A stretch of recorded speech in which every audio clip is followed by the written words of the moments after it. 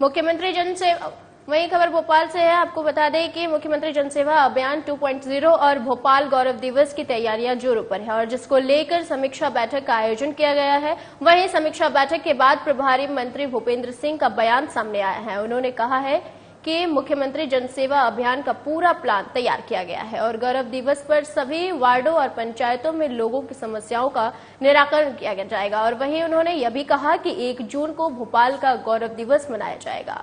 स्वच्छता अभियान, मैराथन दौड़ और सांस्कृतिक कार्यक्रमों का भी आयोजन किया जाएगा। साथ ही सभी 85 वार्डों में सफाई मित्रों का सम्मान किया जाएगा।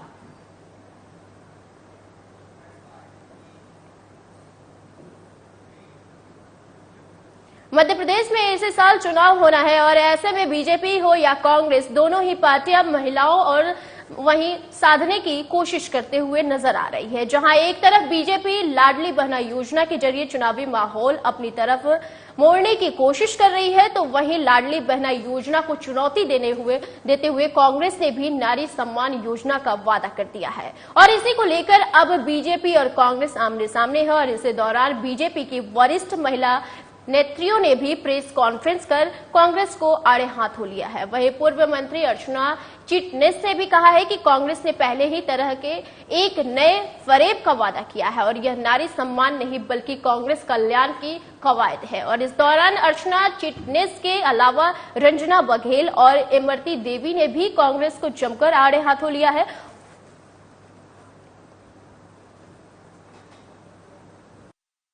मध्य प्रदेश पहला प्रदेश है जिसने मृत्यु दंड का कानून बनाकर यूनानिमसली बनाया गया था और वो कानून बनाने वाला हमारा पहला राज्य था। और एक प्रकार से हमारे मुख्यमंत्री जी का ये एक स्टैंडिंग ऑर्डर है कि हमें आंकड़ों के माया जाल में नहीं पड़ना। जिस भी महिला के साथ कोई अन्याय, अत्याचार या कोई शोषण, उत्पीड़न हुआ हो, वो अगर थाने में आती है उसका केस दर्ज होना चाहिए, अपराधी के साथ के ऊपर कार्रवाई होना चाहिए। इसलिए हम ये सरकार की संवेदनशीलता है कि हम हर महिला जो कष्ट में, पीड़ा में आती है उसका केस दर्ज करते हैं, अपराधी के ऊपर केस चलाया जाता है, दंडित होते हैं लोग और कानून व्यवस्था को बेहतर करने की तरफ हम आगे निरंतर बढ़ते जाएंगे। बाध्यता तो कांग्रेस की भी आज थोड़ी है कोई, वो बहुत गैर जवाबदारी से बात कर रहे हैं। उनकी क्या बाध्यता है? उनके पास क्या, वो तो जब सरकार में थे तब बजट को रोते रोते उन्होंने समय निकाल दिया। और आज उनकी क्या पात्रता है कि वो एक प्रकार से किसी भी योजना का अगर कोई शेप नहीं है, कोई डिजाइन नहीं है, कोई प्लानिंग नहीं है, आपकी जिस प्रकार से योजना उन्होंने प्रेजेंट करी है वही उनकी योजना के प्रति वे कितना सीरियस है, उसको कितनी गंभीरता से ले रहे हैं, उसको आप इसी से ये प्रमाणित होता है। और यही फॉर्म आपको याद होगा, हरे पीले नीले फॉर्म कर्ज माफी के लिए भराए गए थे। आज उनका क्या हश्र हुआ है, यही हश्र इसका भी होने वाला है। उमंग सिंघा इनके कैबिनेट मंत्री, कितनी पत्नियां उनकी और कितने लोगों के साथ, एक तो यही भोपाल में फांसी के साथ लगाकर मर गई और दूसरी उन्होंने उनके खिलाफ केस कर दिया है। तो कौन सा नारी सम्मान, कौन सा नारी सम्मान की बात करें कमलनाथ दादा? तो नागनाथ और सामनाथ की बात कर रहे हो महिलाओं के साथ, कर रहे हैं कि नहीं कर रहे? बताइए। आज भी 1.5 साल के सरकार में किसान परेशान था, युवा परेशान थे, पढ़ने वाले बच्चे परेशान थे, ट्राइबल के बच्चे परेशान थे। और सबसे बड़ी बात ये कि जो 60% वाली किरण योजना में जो बच्चों को उनको छात्रवृत्ति दी जा रही थी वो भी बंद, लाली लक्ष्मी भी बंद, संबल योजना भी बंद, हर तरह की योजना उन्होंने बंद कर दी थी और लोग दर दर की ठोकरें खाए थे। जिस तरीके से एक नारियों का अपमान किया है, वो नारी शक्ति कभी भी इनके लिए वोट नहीं देगी। और अब कहते हैं हम ये करेंगे वो करेंगे, लेकिन आप ही बता दो कितने किसानों के कर्जा माफ करे हैं, कितनी छात्रवृत्ति दी है। हमारी बेटियों के ब्याह होते थे 21,000 रुपए हमारे माननीय मुख्यमंत्री शिवराज सिंह चौहान देते थे। कमलनाथ जी से आप पूछे कि आपने कितनी बेटियों की शादी करी है? 51,000 आपने लिख के तो दिया था कि हम 51,000 बेटी को देंगे, लेकिन आप ये बता दें कितनी बेटियों की शादी करी है? एक भी बेटी की शादी इनने कन्यादान योजना में नहीं करी है। 1.5 साल में सारी बेटियों को अपने जैसे बना माता पिता ने शादी करी है घर से, लेकिन इनने उस कन्यादान योजना को बंद कर दिया। चुरिया में नगर पंचायत उपाध्यक्ष मनोज यादव के बचाव में सर्व यादव समाज सामने आया है और जिसके चलते मंगलवार को नगर पूरी तरह से बंद रहा है। आपको बता दें कि एक दिन पूर्व पुलिस प्रशासन द्वारा नगर उपाध्यक्ष को किसी शिकायत को लेकर चुरिया थाना लाया गया था और जिसके लेकर आपको बता दें कि अब तहसील के यादव समाज ने कलेक्टर के नाम तहसीलदार को ज्ञापन सौंपा है और ज्ञापन में लिखा गया है कि सोमवार को पुलिस प्रशासन ने मनोज यादव को फर्जी मामला बनाकर गिरफ्तार कर जेल भेज दिया था। और साथ ही आपको बता दें कि नगर पंचायत उपाध्यक्ष मनोज यादव शारीरिक रूप से दिव्यांग है और ऐसी स्थिति में पुलिस प्रशासन द्वारा की गई कार्रवाई कई तरह के संदेह पैदा कर देती है। वहीं सर्व यादव समाज ने अगले 24 घंटे के अंदर नगर पंचायत उपाध्यक्ष की रिहाई की मांग की है। अपराध एक व्यक्ति को पुलिस वालों ने कल पकड़ करके ले आए। सारी घटना कल आप लोग मालूम है। कल हम लोग आग्रह भी किए थे पुलिस प्रशासन से कि उनको मनोज यादव को आप लोग रिहा कीजिए। अगर नहीं करेंगे उस स्थिति में हमको छुरिया बंद करना पड़ेगा। और हम लोग कल छुरिया के नागरिकों से, व्यापारियों से आग्रह किया था कि मनोज यादव के साथ गलत दुर्व्यवहार हो रहा है। तो कल हम लोग आग्रह निवेदन किए छुरिया व्यवसायियों से। तो आज पूर्ण रूप से छुरिया के लोगों ने आज बंद करके यादव समाज और नगर पंचायत के उपाध्यक्ष को जो समर्थन दिया है, मैं अपने और समाज की ओर से मैं बहुत बहुत धन्यवाद करता हूँ छुरिया के नागरिकों को, व्यवसायियों को। नगर पंचायत के वरिष्ठ पार्षद और नगर पंचायत के उपाध्यक्ष भी हैं, यादव समाज के वो युवा प्रकोष्ठ के अध्यक्ष भी हैं, श्री मनोज यादव जी, जो शारीरिक रूप से विकलांग हैं और जनता की सेवा में सदैव तत्पर रहते हैं। आज यादव समाज से यदि कोई नेतृत्व उभर रहा है, उस नेतृत्व को कुचलने का प्रयास पुलिस प्रशासन कर रहा है। तो इस प्रकार की घटना जो है, कानून की रक्षा करने वाले लोग यदि कानून का देह छेदन करने का काम करेंगे तो हम भगवान श्री कृष्ण के वंशज हैं, यादव समाज के वरिष्ठ हम सब पदाधिकारी हैं, हम सब चुप नहीं बैठेंगे। यही संदेश देने के लिए हम सब आए हैं। जो भी पुलिस कार्रवाई किया है वो तो विधिवत है। मनोज यादव के खिलाफ पहले भी सट्टा एक्ट की कार्रवाई है, जैसे कि अपने पास किसी भी व्यक्ति का आपराधिक रिकॉर्ड रहता है उसका अवलोकन किए हैं और जो भी आज डायरी न्यायालय में पेश किया गया है वहाँ भी उसको भेजा गया है। तो उसका पूर्व में भी आपराधिक रिकॉर्ड शराब का, सट्टे का और 1-2 और मामले हैं, उसको प्रकरण में लगा दिया गया है। और जैसा कि हम लोगों ने 28 तारीख को जो सट्टा का यहाँ कार्रवाई किए थे तो उसने जो बयान दिया था कि 300 रुपये रोजी में मैं उसके कहने पर लिखता था। तो चूंकि सट्टा जुआ में जो खाईवाल या खिलाने वाला होता है वो जैसे कोई पकड़ाएगा उसका एजेंट तो वो स्वतः आरोपी होता है। उसी सिलसिले में उसको गिरफ्तार किया गया है। पुलिस के द्वारा कोई भी अवैधानिक कृत्य नहीं किया गया है। कल दिनांक 8/5/2023 को नगर पंचायत उपाध्यक्ष मनोज यादव जी की गिरफ्तारी के संबंध में जो है यादव समाज आज उनको 24 घंटे के अंदर में रिहाई के लिए जो है उन्होंने आज ज्ञापन सौंपा है। तो जैसे कि मैडम यहाँ पुलिस प्रशासन हाय है नारे लगाए गए, उसके पीछे क्या कारण चाहिए? देखिए, ये मामला जो है पुलिस प्रशासन से संबंधित है, उसके विषय में मैं जानकारी नहीं दे पाऊंगी। इंदौर में हर मंगलवार को होने वाले पुलिस जन सुनवाई में कुल 48 शिकायतें पुलिस के सामने शिकायतकर्ताओं ने आवेदन के रूप में प्रस्तुत की है, जिनमें अधिकांश शिकायत वही पारिवारिक और मारपीट सहित धोखाधड़ी और बैंक से संबंधित सामने आई है। वहीं शिकायतों के लेकर पुलिस कमिश्नर का कहना है कि एक ही तरह की शिकायतें अधिकांश बच रही है, जिसको लेकर नियमावली बनाकर थाने स्तर पर ही शिकायतों का निराकरण किया जाएगा और ताकि यह शिकायतें जन सुनवाई तक न आ सके और फरियादी को राहत पहुंचाई जा सकेगी।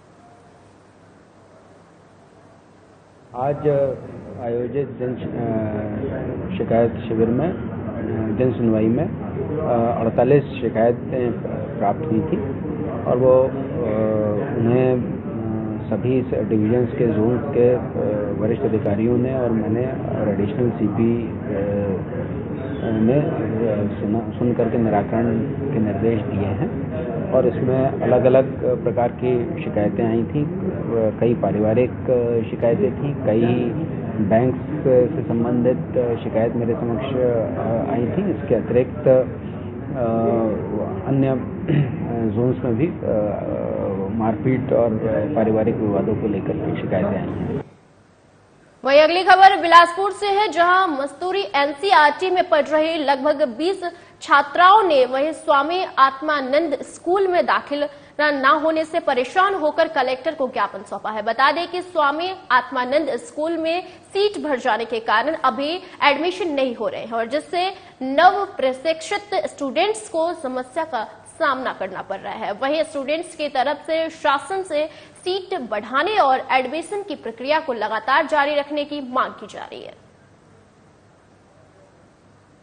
हम लोग को Swami Atmanand English medium middle school में क्लास 9 के लिए एडमिशन चाहिए। क्या प्रॉब्लम हो रहा है? कहाँ से आए हो आप? हम लोग मस्तूरी से आए हैं। तो वहाँ गए थे? हाँ। क्या बोल रहे हैं? वो लोग बोल रहे हैं कि एडमिशन नहीं हो पाएगा। अब आप लोग तो एनसीईआरटी के हो और ये सीजी है और ऊपर से सीट भी नहीं हो रहा है। 50 था और पिछले 2 साल से हम ही लोग के स्कूल से दोनों क्लास को लिए थे और इस साल नहीं लेंगे बोल रहे हैं ना। हम लोग मस्तूरी से आए हैं स्वामी आत्मानंद में एडमिशन करवाने के लिए यहाँ आए। क्या बोलते हैं? स्कूल जाते हो? तो बोलते हैं अभी तो सीट नहीं है और नहीं लेंगे हम, ऐसे बोलते हैं। डीओ क्या बोले थे? बोले थे कि हम लोग को एडमिशन नहीं ले रहे हैं, तो वो बोले कि आवेदन लेना पड़ेगा। ठीक है। नाम कितने बच्चे हो आप लोग? हम लोग 69। इससे पहले कहाँ पढ़ते हो? हम लोग गवर्नमेंट इंग्लिश मीडियम। रायपुर में ईडी की कार्रवाई को लेकर पूर्व मंत्री बीजेपी प्रदेश प्रवक्ता राजेश मुन्नत का बयान सामने आया है। उन्होंने सरकार पर निशाना साधते हुए कहा कि छत्तीसगढ़ सरकार ने कभी भी भ्रष्टाचार को रोक लगाने की कोशिश नहीं की है और न ही विपक्ष द्वारा उठाए गए मामलों को संज्ञान में लिया है। उन्होंने यह भी कहा कि चावल राशन के दुकानों की गड़बड़ी, खनिज माफियाओं की गड़बड़ी समेत कई मुद्दे उठाए हैं, लेकिन कोई जवाब सामने नहीं आया है। वहीं उन्होंने यह भी कहा कि कांग्रेस सरकार ने छत्तीसगढ़ को भ्रष्टाचार का अड्डा बना दिया है। छत्तीसगढ़ सरकार ने कभी भ्रष्टाचार पर रोक लगाने की कोशिश नहीं की। न छत्तीसगढ़ सरकार ने इन बातों को संज्ञान में लिया कि विपक्ष द्वारा उठाई जा रही लगातार बातों को। हमने चावल के विषय को भी उठाया, हमने राशन की दुकान की गड़बड़ी को भी उठाया, हमने प्रधानमंत्री के द्वारा दिए गए 5 किलो चावल को भी उठाया। हमने यही नहीं किया, हमने यहाँ पर खनिज विभाग द्वारा 25 रुपए प्रति टन के हिसाब से अवैध वसूली का मुद्दा हमने उठाया। हमने रेत माफियाओं के द्वारा लगातार एसडीएम के ऊपर हमला हो या इन विषय को भी हमने लगातार उठाया, लेकिन सरकार ने कभी संज्ञान में नहीं लिया। और जब ये तथ्य उजागर हुए ईडी के माध्यम से, जब परत खुलती जा रही है, जब जानकारियां पूरी एकत्र होती जा रही है कि खनिज माफिया के अंदर कौन कौन लोग थे, किन किन लोगों ने किससे लेन देन हुई, किससे आदान प्रदान हुआ, आधे से ज्यादा लोग अब जेल में हैं और कुछ लोगों के ऊपर कार्रवाई चल रही है। उसी प्रकार से अवैध दारू का निर्माण, दारू की दुकानों में सरकार दुकान संचालित करे, उस पर अवैध काउंटर चल रहा है। आगामी विधानसभा चुनाव में किस तरह से कांग्रेस अपनी 6 विधानसभा सीटों पर बैठेगी, इस विषय पर चर्चा करते हुए राजनांदगांव में हमारे संवाददाता ने कांग्रेस प्रभारी अरुण सिंह सिसोदिया से खास बातचीत की और आइए आपको सुनाते हैं। आप देखना शुरू कर चुके हैं साधना प्लस न्यूज और हम राजनीति चर्चा पे हम जुड़ रहे हैं और उसी के साथ आज हमारे राजनीति चर्चा के साथ प्रभारी जो है राजनांदगांव के वो हमारे साथ जुड़ रहे हैं, जो अरुण सिसोदिया जी जो हैं वो फौजी हैं जो वर्तमान में प्रभारी के रूप में राजनांदगांव को देख रहे हैं। तो आज हम उनसे जुड़ते हैं। सबसे पहले आपका नमस्कार अरुण सिसोदिया जी। जैसा कि राजनांदगांव एक बहुल क्षेत्र भी है और देखा जाए तो अगर देखा जाए तो कांग्रेस की बहुत सारी सीटें अभी भी वर्तमान में है, लेकिन एक सीट जो है राजनांदगांव का एक प्रभावित रूप से कहीं ना कहीं दिख रहा है, जो वहां किस तरह कमजोरी जो पड़ा कि आज वहां पर कांग्रेस वहां से गंवा चुकी है सीट, आप अच्छे से जान सकते होंगे, जहां पर वर्तमान में रमन सिंह जी विधायक है। कैसे वहां पर कमजोरी पड़ा कि आज वर्तमान स्थिति में कांग्रेस वहां से एक सीट गंवा दी? देखिए, राजनांदगांव विशेषकर काफी विकसित और अच्छा एरिया है जहां पे कि कांग्रेस की हमेशा पैठ रही है और राजनांदगांव शहर में रमन सिंह की जीत पिछले बार बोल सकते हैं कि गलती से हो गई। मात्र 14,000 से जीत पाए। अगर हम लोग को समय पे अगर उस समय टिकट डिक्लेयर हो जाती तो समय मिलता तो प्रत्याशी अवश्य जीतता और हमारी वहां पे 6 की 6 सीटें जीतने में हम सफल होते हैं। जैसे कि आप बार बार वहां जा रहे होंगे, राजनांदगांव की स्थिति को भी समझ रहे होंगे, ऐसा तो नहीं हो कि पार्टी को कमजोर रूप में किसी उम्मीदवार को वहां खड़ा करवा के, ताकि रमन सिंह बहुत बड़ा चेहरा है और कहीं भी मुख्यमंत्री के कहीं के प्रभाव के कारण तो ऐसा उम्मीदवार चयन नहीं किया गया होगा। देखिए, हमारी पार्टी कोई भी चीज इस तरह का विचार ही नहीं करती। जो योग्य और विजयी होने वाले प्रत्याशी होते हैं उन्हीं के ऊपर विचार भी किया जाता है, उन्हीं को टिकट भी दिया जाता है। और हर चुनाव हमारी पार्टी पूरे दमखम के साथ, पूरी तैयारी के साथ लड़ती है। और जिसका पिछला चुनाव एक उदाहरण है कि 2018 में हम लोग 68 सीटों के साथ पूर्ण बहुमत से छत्तीसगढ़ में सरकार बनाए, और आने वाले समय में भी अगले जो चुनाव होने हैं 2023 में हम 75 पार ले जाएंगे। इस बात के लिए हम आश्वस्त हैं और हमें पूरा विश्वास है। अभी जैसे वर्तमान में राजनांदगांव शहर में रमन सिंह जी हैं, डोंगरगढ़ में भुवनेश्वर बघेल जी हैं, और डोंगरगढ़ में दलेश्वर साहू जी है, डोंगरगढ़ जो है, और खुज्जी में छन्नी साहू जी है, खैरागढ़ में भी है, मानपुर भी है। तो कुछ कुछ जिले जो है अभी नए बन चुके हैं, तो उस पर क्या लगता है कि नए जिले बनने से कांग्रेस को कुछ इससे फायदा हो पाएगा? देखिए, खैरागढ़ उपचुनाव में नया जिला भी बना और वहाँ विकास की जो नदियां बह रही हैं। अगला चुनाव हमारी कांग्रेस पार्टी का ही विधायक विजयी होगा, और जिला बनने से जो विकास जो रायपुर से सीधे उस क्षेत्र तक पहुंचता है, और हमारे मुख्यमंत्री भूपेश बघेल जी विशेषकर हर जिलों में, हर विधानसभा स्तर पर जाकर लोगों से भेंट मुलाकात कर रहे हैं और सीधे संवाद कर रहे हैं। तो सरकार की योजनाओं से कितना लाभ मिल रहा है, कितना आपको फायदा मिल रहा है, और क्या दिक्कतें हैं आपको इस सरकार के कामकाज से, तो दोनों चीज को लेकर फिर से मंथन चिंतन कर अगर कहीं कोई कमी है तो उसको सुधारना है। वैसे जहां तक मेरा मानना है, सरकार बहुत बेहतर काम कर रही है, और ऐसी सरकार पूरे देश भर में एक उदाहरण के रूप में आदरणीय भूपेश बघेल जी के नेतृत्व में काम कर रही है। और हमारा संगठन विशेषकर जो हर चुनाव में मोहन मरकाम जी के नेतृत्व में जीत दिलाने के लिए तन मन धन और पूरे समर्पण और निष्ठा के साथ काम कर रहा है, इसके लिए भी मैं भूपेश बघेल जी और मोहन मरकाम जी को बहुत बहुत साधुवाद और आभार प्रकट करता हूँ। आगे से लोग जनता ये जानना चाहती है कि कौन आगे का क्या होता है भविष्य राजनीति में। तो आप भी राजनांदगांव का बहुत दौरा कर रहे हैं, तो जनता के सामने ये एक सवाल है कि कांग्रेस के कितने चेहरे होंगे। तो कोई एक ऐसा चेहरा है जो आपके सामने आ रहा होगा, जो एक अंतिम चेहरा जिसमें आपको लगता है कि राजनांदगांव में रमन सिंह जो भाजपा से है उनके गढ़ में ध्वस्त कर सके, जो ऐसा कोई कांग्रेस? देखिए, हमारे जो सबसे प्रमुख जीत का कारण होगा आने वाले समय में सरकार की जो बेहतरीन योजनाएं हैं और सरकार के द्वारा किए जा रहे निर्णय हैं। चेहरे हमारे पास 4-5 चेहरे वहां पे सक्रियता के साथ लोगों के लिए काम कर रहे हैं, राजनीतिक रूप से अपना योगदान दे रहे हैं। उसके अतिरिक्त पार्टी जो जिस पे भी फैसला करती है उसके लिए हमारा इलेक्शन बोर्ड बनता है। वो इलेक्शन की जो प्रोसेस है उसके माध्यम से प्रत्याशियों का चयन की प्रक्रिया को पूरा किया जाता है, फिर केंद्र में जाता है, और केंद्र के द्वारा जब अनुमोदन होता है चीफ इलेक्शन कमीशन कमेटी द्वारा, तब जाके कोई टिकट का अंतिम निर्णय होता है। इसलिए इन सब विषयों का ये हमारे विशेषाधिकार से ऊपर की चीजें हैं, पर जो होगा अगली सरकार भी कांग्रेस की होगी, इसके लिए मैं पूरी तरीके से कहीं कहीं आप जानते तो भी आप बताना नहीं चाह रहे हैं। देखिए, ये तो हमारे अंदर की चीजें हैं, आंतरिक चीजें हैं, इसको खुलासा करना आवश्यक नहीं होता। सबके लिए खुला प्लेटफॉर्म है, जो मेहनत करेगा, जो योग्य होगा, जिसको पार्टी टिकट देगी वो जीत के ही आएगा। ये थे हमारे अरुण सिसोदिया जी, जो प्रभारी है वर्तमान में राजनांदगांव के, जो पूरी तरह स्थिति को देख रहे हैं और राजनांदगांव में लगातार कांग्रेस के जिस तरह विकास एक एजेंडा जो बना हुआ है, विकास कितने हुए हैं, उस एजेंडा को लेकर यहाँ पर कहीं ना कहीं कांग्रेस मैदान में उतरेगी, और एक सीट जो भाजपा वहां से जीत के आई है राजनांदगांव शहर, उस पर कहीं ना कहीं प्रभाव यहाँ पर पड़ेगा।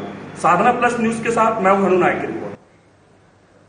खबर बिलासपुर से है, जहां लगातार बढ़ रही पानी की समस्या को लेकर आम आदमी पार्टी ने मटकी फोड़ प्रदर्शन करते हुए कलेक्टर को ज्ञापन सौंपा है। वहीं मीडिया से बातचीत करते हुए आम आदमी पार्टी के प्रदेश सचिव ने वही सरकार को घेरते हुए कहा कि स्मार्ट सिटी बिलासपुर के आसपास स्थित गांव और नगरीय निकायों में पानी की व्यवस्था बहुत गंभीर स्थिति में है, लेकिन सरकार के वादे और दिखावे की वजह से आम आदमी पार्टी की समस्या से जूझता नजर आ रहा है। ऐसे में आम आदमी पार्टी ने जल्द से जल्द पेयजल की समस्या को खत्म करने की मांग के लिए कलेक्टर को घेराव किया है, करने के बाद ज्ञापन सौंपा है। छत्तीसगढ़ प्रदेश जो कि एक घने जंगलों से बड़ा भरपूर एक राज्य हुआ करता था, उस राज्य में आज जल संकट की स्थिति हम देख रहे हैं पैदा होते। पूरा छत्तीसगढ़ इस वक्त जल संकट से जूझ रहा है। पीने के पानी की किल्लत हर जगह हम देख पा रहे हैं। बस्तर के क्षेत्र में चले जाए, चाहे बिलासपुर के क्षेत्र में आ जाए, चाहे कोरबा तरफ चले जाए, ग्रामीण हो या शहर, हर तरफ पानी का संकट हम देख पा रहे हैं। बहुत जगहों पर जल जीवन मिशन के अंतर्गत हमने देखा पाइप बिछी है पर पानी नहीं है। कई साल पहले बिछ गई है, पानी नहीं आया है अभी तक। आपने बड़ी बड़ी खूटा घाट से मोटे मोटे पाइप डाले, आपने देखा होगा रास्ते में, कितना बड़ा पैसा आपने खर्च किया, पैसे भी आ गए फिर भी पानी नहीं आया। तो सिर्फ दिखावटी जो ढकोसले चल रहे हैं विकास के, उस विकास को ये पोल खोल ये जल संकट कर रहा है कि किस तरीके से आप प्रकृति के साथ खिलवाड़ करते हो, पैसा आ जाता है उसको खा जाते हो, पैसा नहीं लगाते हो, और उसके बाद हमारे सामने जनता जल से जूझ रही है। अभी हाल में हमने देखा हमारे मस्तूरी के गांव है कुछ, वहां हमने विजिट किया था, हमारे बेलतरा के कुछ गांव हमने वहां विजिट किया। हर तरफ हमने जल की किल्लत पाई है, कहीं लाल पानी की समस्या है, कहीं फ्लोराइड ज्यादा है। हम लोग प्रदेश के आदेश अनुसार आम आदमी पार्टी का जो मटकी फोड़ आंदोलन है, जो जल संख्या का उसमें विरोध में आज हम लोग कलेक्टर को ज्ञापन देने आए हैं। कलेक्टर को ज्ञापन देने आए हैं और भूपेश सरकार जो हर चीज में विफल रहा है, सफल नहीं रहा है, जो कहता है वो करता नहीं है, हमेशा झूठ बोलता है। और हम लोग पानी के लिए पूरे गांव के लोग, एक एक लोग पूरे विधानसभा बिलासपुर जिले के पूरे विधानसभा में पानी के लिए तराई तराई का मच रहे हैं। और पूरे सबसे ज्यादा झुग्गी झोपड़ी वासी जो है प्रभावित हैं पानी से। 2-2 किलोमीटर दूर से लोग पानी लेने जा रहे हैं और पानी लेके आ रहे हैं, कोई गाड़ी में कोई साइकिल में पानी लेके आ रहे हैं तो अपना निस्तार कर पा रहे हैं। छत्तीसगढ़ के लगभग हर जिले में पानी की समस्या देखी जा रही है और पानी की समस्या को लेकर लगातार राजनीतिक पार्टियों द्वारा प्रदर्शन भी किया जा रहा है। इसी कड़ी में वहीं सारंगढ़ जिले में भी पानी की समस्या को लेकर आम आदमी पार्टी ने तहसील कार्यालय के सामने धरना प्रदर्शन किया और तहसील कार्यालय से लेकर जिला कलेक्टर तक पैदल यात्रा निकालकर कलेक्टर भागवत वहीं जायसवाल को ज्ञापन सौंपा है। वहीं इस पर प्रदर्शन के दौरान आम आदमी पार्टी के कार्यकर्ताओं ने भारत माता चौक के पास और कलेक्ट्रेट के पास मटकी फोड़ कर अपना विरोध जताया और साथ ही ये भी कहा कि अगर पानी की समस्या का जल्द निराकरण नहीं किया जाएगा तो आम आदमी पार्टी सड़क पर उतरकर आंदोलन करने के लिए बाध्य होगी। आज हमारे प्रदेश के जो मुखिया हैं आम आदमी पार्टी के कोमल हुपेंडी जी, उसके निर्देशानुसार हम लोग पूरे छत्तीसगढ़ के सभी जिला मुख्यालयों में जल की समस्या को लेकर के आंदोलन किए हैं। उसी तारतम्य में आज हम लोग यहाँ पे कलेक्टर मैडम के पास ज्ञापन सौंपने आए हैं। बाध्य होकर के यदि हम जो पानी की समस्या है पूरे छत्तीसगढ़ में, हमारे सारंगढ़ बिलाईगढ़ जिला में, उसमें यदि ये समस्या का निराकरण नहीं होती है तो आम आदमी पार्टी सड़क में उतर करके आंदोलन करने के लिए बाध्य होगी। आप पार्टी के कार्यकर्ताओं के द्वारा एक रैली निकालकर एक ज्ञापन सौंपा गया है जिसमें उनके द्वारा जो भीषण गर्मी में जो पानी की व्यवस्था सुचारू करने के संबंध में संज्ञान लाते हुए प्रशासन की मांग की गई है कि जो जहां पर पानी की आवश्यकता है वहां पर आवश्यक व्यवस्था की जाए। इस संबंध में ज्ञापन सौंपा गया है। पूर्व में भी जिला प्रशासन के द्वारा और छत्तीसगढ़ शासन के द्वारा पीएचई डिपार्टमेंट के माध्यम से या नगर पालिका या पंचायतों के माध्यम से उपरोक्त पानी जो पेयजल की व्यवस्था जो है की जा रही है और यदि किसी जगह पे इस प्रकार की आती है स्पेसिफाई जगह पे तो तत्काल उसमें व्यवस्था भी की जाएगी। मध्य प्रदेश छत्तीसगढ़ के बुलेटिन में फिलहाल के लिए इतना ही। एक नजर सुर्खियों पर।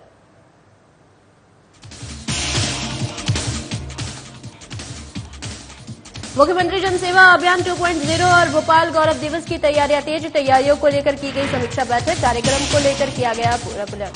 भोपाल में आगामी चुनावों को लेकर पार्टियों ने की कवायद शुरू। महिलाओं को साधने की कोशिश कर रही पार्टियां, जनता से कई तरह के वादे कर रही पार्टियां। सूर्यानगर उपाध्यक्ष मनोज यादव की गिरफ्तारी को लेकर नगर बंद, वहीं यादव समाज ने तहसीलदार को सौंपा ज्ञापन।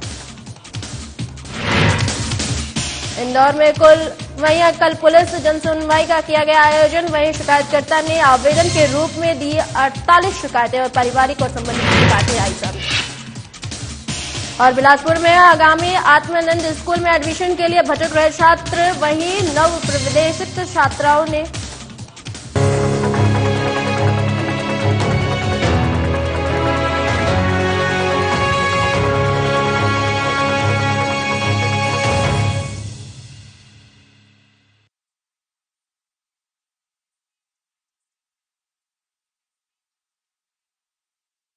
क्या आप दुबले